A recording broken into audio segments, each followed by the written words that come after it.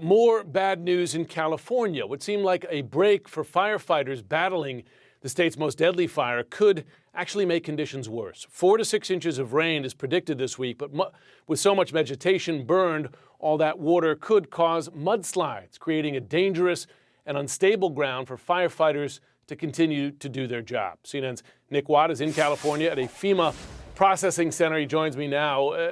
Nick, outside of those hazardous conditions, we're really starting to see the human toll this has had and really people just finding a place for safe shelter.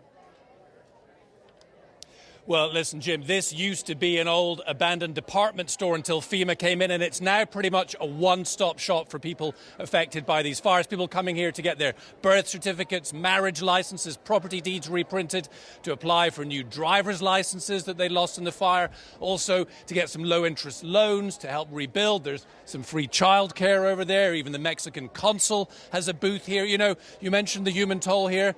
More than 11,700 homes were destroyed by this fire. The hurt and the need are great.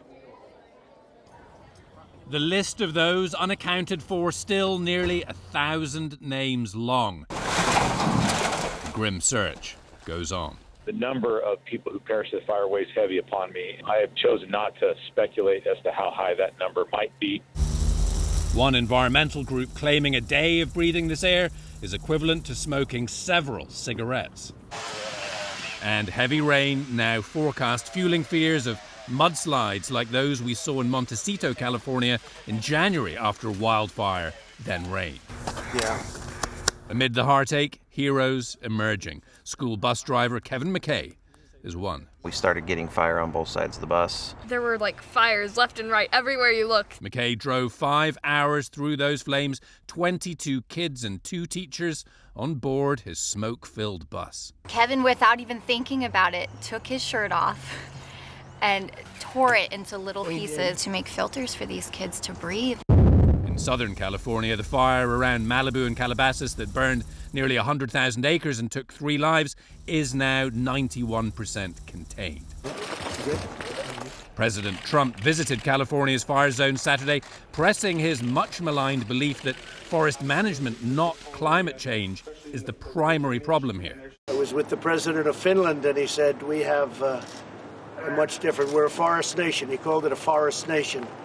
And they spend a lot of time on raking and cleaning and doing things, and they don't have any problem. History has taught. Finland's president saying Sunday he can't ever recall mentioning raking to the president.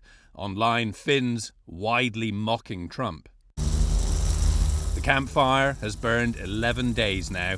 Officials now saying it's only halfway done. It'll burn another 11 days before it's finally extinguished. Now, many of the people made homeless by this fire are still in these kind of makeshift campsites in places like the Walmart parking lot across the street from where we are. Authorities are now trying to move them into regular shelters. But, you know, one Red Cross worker we spoke to this morning, he said the Red Cross shelters, they're life rafts. They're not cruise ships. These are temporary solutions. You know, Jim, it's going to take years for these communities to really recover. Yeah, that number is just incredible. 11,700 homes. Think of how many families affected. Nick Watt, thanks so much.